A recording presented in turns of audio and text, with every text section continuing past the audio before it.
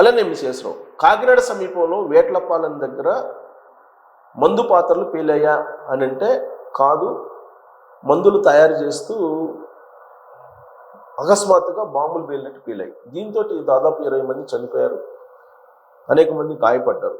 అయితే దీనికి కారకులు ఎవరు అని గుర్తించి కొంతమందిని సస్పెండ్ చేశారు.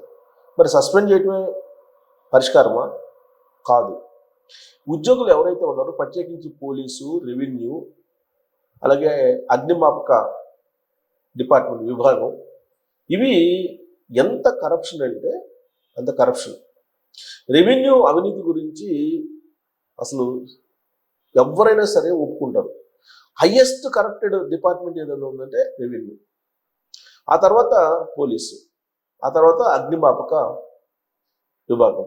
ఎందుకు అగ్నిమాపక విభాగంలో అంత అవినీతి ఉంటుందా అంటే ఉంటుంది. ఎందుకు ఉంటుందంటే ఈవెన్ అపార్ట్మెంట్స్ కట్టేటప్పుడు కూడా మీరు ఫైర్ సేఫ్టీ సర్టిఫికేట్ తీసుకోవాలి. పెట్రోల్ బంకులు మీరు పెట్టాలన్నా ఫైర్ సేఫ్టీకి సంబంధించినటువంటి సర్టిఫికేట్స్ తీసుకోవాలి. ఏ సర్టిఫికేట్ కావాలన్నా మీకు లక్షల్లో ఖచ్చితంగా ముడుపులు ఇవ్వాల్సిందే. అపార్ట్మెంట్కి ఫైర్ సేఫ్టీ సర్టిఫికేట్ ఇవ్వాలంటే లక్షల్లో ఇవ్వాలి, పెట్రోల్ బంక్ పెట్టుకోవాలంటే లక్షల్లో ఇవ్వాలి. అలాగే మీరు ఇప్పుడు పేలినటువంటి ప్రమాదం జరిగిందంటే వేట్లపాలెంలో జరిగింది కదా, మందులు తయారు చేస్తూ బాణాసంచా తయారు చేసేటువంటి వాళ్ళు భారీగా ముడుపులు చెల్లించుకోవాలి ఫైర్ వాళ్ళకి. అలా భారీగా ముడుపులు చెల్లించుకున్నటువంటి కారణంగానే నిబంధనలు పాటించినప్పటికీ కూడా బాణాసంచా తయారు చేసేదానికి అనుమతులు ఇచ్చారు. పైగా ఎక్కడ అనుమతించారు? అనుమతించినటువంటి ప్రాంతం ఎక్కడ? ఫైర్ సేఫ్టీకి అనుకూలంగా ఉన్నటువంటి ప్రాంతమా కాదా అంటే అది సేఫ్టీకి అనుకూలమైన ప్రాంతమే కాదు.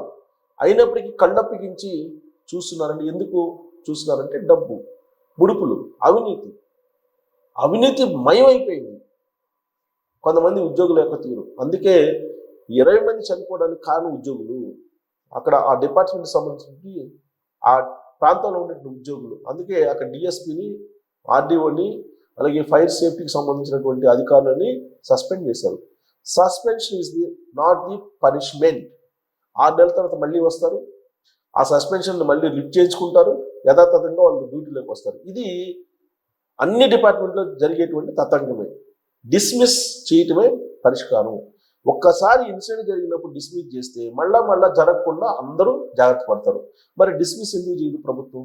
ఇప్పటి వరకు అధికారులు డిస్మిస్ చేసిన దాఖలాలు చాలా అరుదు. డిస్మిస్ చేయటమే పరిష్కారమా, సస్పెన్షన్ చేయటంతో పరిష్కారం వస్తుందా అనే దాని మీద మీరు కామెంట్ చేయొచ్చు. Thank you.